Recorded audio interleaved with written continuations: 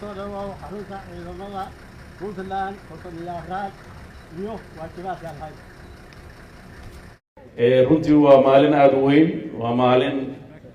ku suntan taariikhda Puntland waa koodii January 2020 oo aan rajaynayno Puntland inay ku gaarto sanadkiisa kale nabad barwaaqo deganaan horumar iyo in dawladnimadu hay-adaheedu ay tayeyntoodu ay taam noqoto haddii Ilaahay ka dhigo waxaan runtii marka ugu horeysa halka anoo ka faa'iideysanaya fursadan inkastoo horay ay dawladdu si rasmi ah tacsiib u dirtay waxaan halka ugu tacsiyeenayaa qaraxii maalin dhaweyd ka dhacay 28 bishii sanadkii tagay magaalada Muqdisho ex control oo runtii dad aad u fara badan oo Soomaaliyeed oo barmigeeda ah oo arday iyo dad shaqo u socda iyo dad waayeel ah iyo dad caruur ah iyo dad degan oo nabad ku waabariistay lala beegsaday qarax sababay boqolaal qof wax dhintay iyo wax dhaawac waxaan nasiib darro ah qof Soomaaliyeed inuu la soo taagan yahay waxaan dilnay oo baabi'inay dad Soomaaliyeed oo barmagada ah oo aan waxba galabsan waxay u baahan tahay dadka noocaas ah oo dadka hor jooga waa masiibo iyo aafo ummadda Soomaaliyeed gaarna u ah guud ahaan adduunka maalmahan ka jirta dad doonayo inay magacii ummadan sharafta u ahayd ee diinta ahaa inay intay ku soo gambadaan ummadii ku baabiyaan iyadoo xaq aynan u lahayn waxaan rabaa eheladii marka laga soo tago ummadda Soomaaliyeed iyo dhammaan dawladda Soomaaliyeed waxaan rabaa eheladii gaarka dadkaas wax yeeloobeen in halka tacsiib u diro intii dhimatana Allah u naxariisto inta dhaawacana Ilaahay waxaan uga baryayaa in uu caafimaad degdeg ah u siiyo inta markaan uga baxo tacsidaas runtii waxaan aad ugu mahadcelinayaa kooxihii kala duwanaa ee halka ku cabiray fanka oo ugu horeysay kooxda oo isku duuban halka ka soo jeedisay kooxda Horseed oo aan jeclaan lahaa kooxda Darwiish in loo baxsho oo halka ka soo jeedisay hees aad u qiimo badan oo tilmaamaysa hadafkii dawladda iyo hanaanka ay dawladdan u socoto waxaan si gaar ah ugu mahadnaqayaa Abubakar oo halka isaga ruuxdiisa hees qiimo weyn oo runtii aad u qiiro badan u soo jeediyay dhammaan ciidanka iyo annagaba waxaan si gaar ah isaguna ugu mahadnaqayaa ninkii dhalinyarada ahaa aan filayo magaciisa majaawac mu ahaa gabayaagi yarkii muxuu ahaa gabayaagi jaawac mu ahaa Cabdirasaaq oo runtii muujiyay hibo waa la oran karaa dad badan oo gabiya waan arkay laakiin gabayga sidoo uu cabirayo xaaladda dadka Soomaaliyeed ku sugan yihiin iyo meesha ay rabto in la gaaro iyo sida sahlan ay u cabiray oo hataa dharka aan sidano inaan dadaan hibo lagu siinay iyagu ay gaareen annaguna aan u taagannahay inaan isdilno inaan isdhacno inaan ummadda burburino adduunkan ummadda Ilaahay wuxuu u keenay inay tacmiir ku sameeyaan inay adduunka camiraan horumariyaan dhisaan ummaduhu taas ayay ku tartamayaan dadka Soomaaliyeed nasiib darrada iyo hoggaanimada ku dhacda waxaad moodaa in ay u soo jeesteen inay wixii yaraayo la amaamuday muddadii yarayd oo dadku dawladda ahaa in la rabo in la burburiyo waxaan rajaynayaa dawladda Puntland siday marar badan hormuud ugu ahaan jirtay dalka Soomaaliya inay mar labaad ay hormuud ugu noqoto kacdoon dawladnimo oo ku salaysan hab dawladnimo oo saldhigeedu yahay ammaan la isku halayn karo nidaam maaliyadeed iyo dhaqaale oo sugan adeeg bulsho oo dhinacyadeeda kala duwan kala dambeyn iyo midnimo lagu tiigsanayo in horumarka ballaaran ee ummadaha kala gaartay sidaan u tiigsan lahay wixii aan haysano inaan tayeysano waxaan naga maqan aan tiigsano hadba tallaabada iyo tabarta heerkayna gaarsiiso laakiin waxaan rabnaa inaan dib u amaamudno oo dib u yagleelno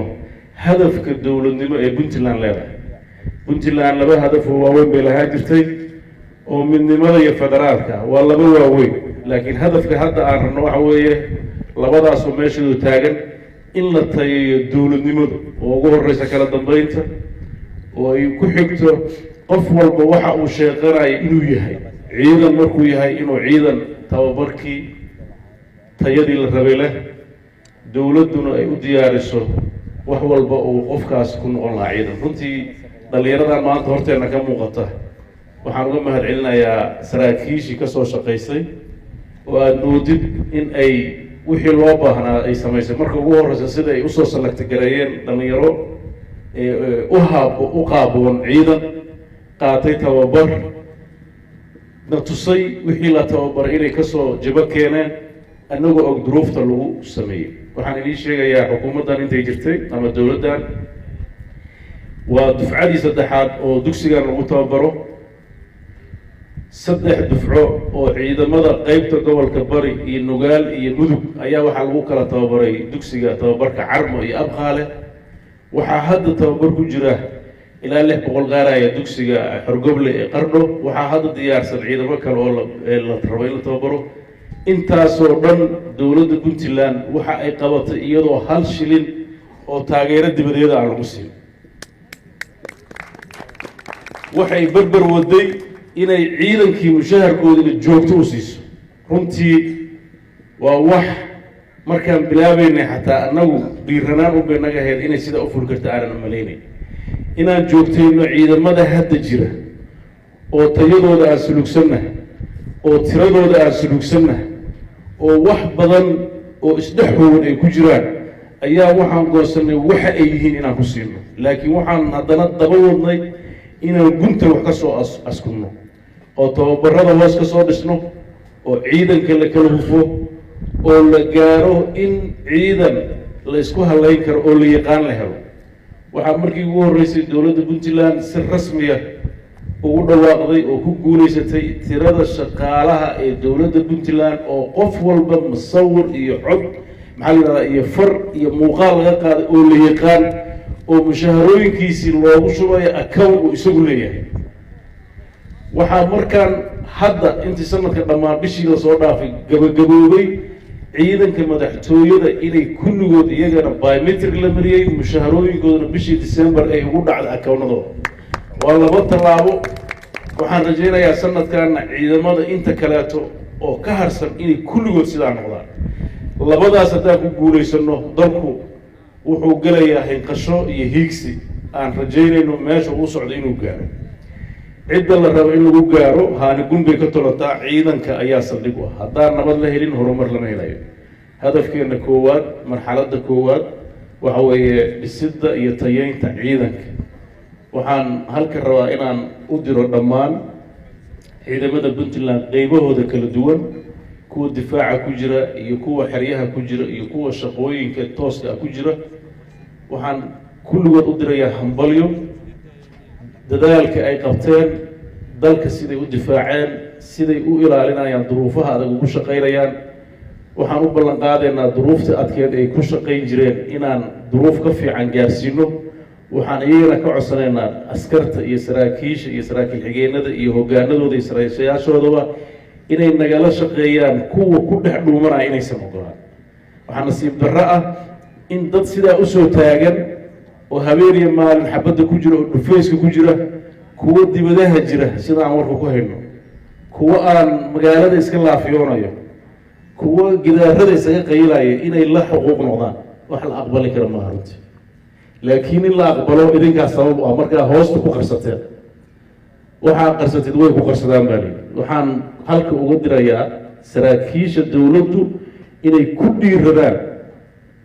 in laga suuliyo ciidanka puntland waxaa loogu yara caagla waa inay ka baxdaa meesha waa inaan helnaa ciidan aan naqaan tiradiisa waxaan diyaar u nahay dowladda puntland iyagana inay xuquuqda ay leeyihiin si joogto aan u siiso korna u qaado midda ay maanta haystaan mid ka fiican iyadoo og tabarta dalkooda uu leeyahay dowladda puntland waxa ay hayso waa wixiinni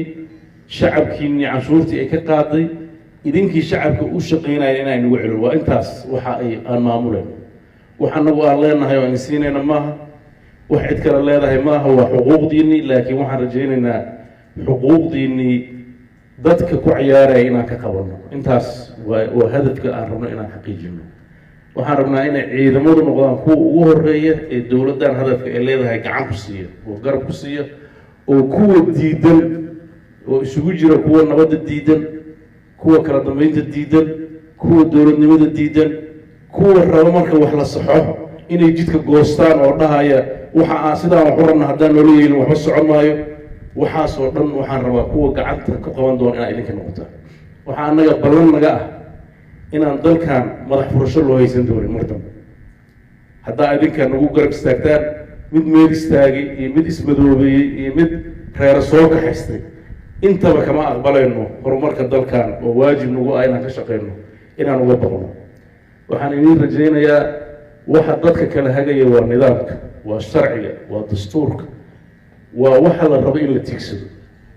arrintaas waxaan rajaynayaa in dadka reer puntland dhammaantood ay ka wada shaqeeyaan ciidan iyo shaqaale iyo shacab iyo madax qeybihiisa kala duwanba waxaan rajaynayaa hadafka aan leenahay inaan xaqiijin karno dalka soomaaliyana aan u noqon karno samata bixiyaal 30 sano waxaa la yidhaahdaa dowladnimo kama hana qaadin soomaaliya hadday puntland intii ay samaysatay oo maamul iyo kala dambeyn ah waa looga dayday oo maanta waad ogtihiin dalkii tabartiisu wax kasta ha lahaatee waxaa ka jira maamula laakiin cadow badan uu wada haysto waxyaabaha ay ugu guulaysan waayeen waxaa iyadana rabnaa inaan tusaale ugu noqono in maamulku waxa loo dhiibay uu ka soo baxo dadka soomaaliya maanta ciidan la-aan ma hayso waad ogtihiin ciidanka soomaaliya meel kasta ay joogaan puntland keliya ayaa wax 10 kun oo ciidan ku dhow jooga 20 kun oo amisona dalka jooga tira aan la qiyaasi karin waxaan u maraynaa ciidamada soomaaliya maanta ka howlgala marka la isku daro 100 kun kor bay u dhaafay 5 kun oo wiil oo afka duuftay baa maara loo leeyahay ama 3 kun oo wiil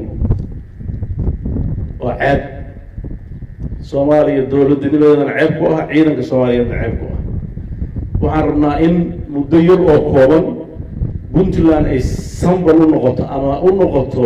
wax lagu dayo oo la cirib tiro dhammaan cid sheeganaysa in ay tahay urur nuucu doona ahaaday puntland ma ogolaan doono ciidan aan ciidanka puntland ahayn magacuu rab ha sheegto mid qabiil ma ogolin mid argagixisa ma ogolin mid magacyo kale la baxa midna ma ogolin ciidanku waa ciidanka puntland saasaa dastuurku nafarayaa saasaa dowladnimada nafaraysaa cid kasta oo ciidan kaleeto meel ku sheegta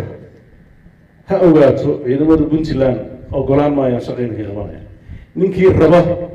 inuu ciidanka puntland noqdo isagoo magac kale simaano ciidanka puntland ka mid noqda xuquuqda uu leeyahay waajib bay nagu tahay in annagana gudano waxaan rajaynayaa dhallinyaradan dardaaranka macallimiintiina ini siiyey oo runtii inii hagarbaxay ayaa dardaaran inagu filan inta ay ka sheegeen casharadoo halka qaadateen oo isugu jirta disciplinka iyo wadaniyadda iyo tacticada dagaal intaas oo aad ka dhigataan hubka ugu horeeya oo aada leedihiin dowladda puntlandna agabka kaleeto oo ciidan inay inii dhammaystirta ayay diyaar u tahay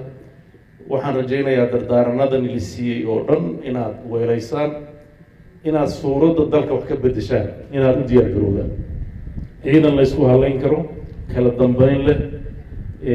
dowladnimada ilaaliya inaad noqotaan idinkana aad sharaf ku noolaataan waxaad ogtihiin ciidamadii inaga horreeyey markay waajibkooda gudan waayeen dayac fara badan baa haleelay aad baan uga xumahay dayaca ciidanka ku dhacay laakiin qeyb badan oo ka mida iyagaa sabab u ah maxaa yeelay iyagaa marar badan ogoleyn nidaamka iyagaa marar badan ogoleyn in la soco iyagaa ishuwan oo isqarsaday iyagaa maaragtay wax aan munaasab u ahayn ciidan waxii lagu yaqaanay oo kooxo iyo reer isu kala qeybiyey marka eedda qeyb bay ka yihiin duruufta adagay soo wajahday waxaan rajaynaynaa puntland inay ku filan tahay ciidanka ku filan oo haddii si saxa loo helo inay puntland miisaaniyadda hadda haysato ay ku filan tahay adduunka iyo cidda soomaaliya taageertana iyadoo ay arkayaan iyagoo waxba ku taageereen inay intaa qabsadeen waxaan rajaynayaa iyagana dadka saaxiibada la Soomaaliya inay garowsan doonaan oo ciidamada Puntland ay gacan dhab sii doonaan waa ciidanka sida dhabta ah oo dagaal argagixisada burcadbadeeda burcadiimeedka iyo dadka isku daya inay nidaamka dawladeed ay ka hor yimaadaan intaba ciidamadan daqiiqada waxaas dhacaan ayay ka howlgalaan iyagoo oonan madaxda sare ee siyaasadda amrin ayay go'aano qaataan oo fuliyaan runtii waa geesiyaal la isku halayn karo in lagu hurdi karana waxaa muujisa 21 sano oo dowladnimo oo Puntland ay ku naalatay waxaa sababay oo hiirgeliyay oo sugay waa ciidankeeda ciidamadeedana hadda waxaan ka rajaynaynaa inta ka dhiman inay sidaas ku dhamaystaan insha Allah ta'ala waad mahadsantihiin intaasaan kusoo gabagabeynaya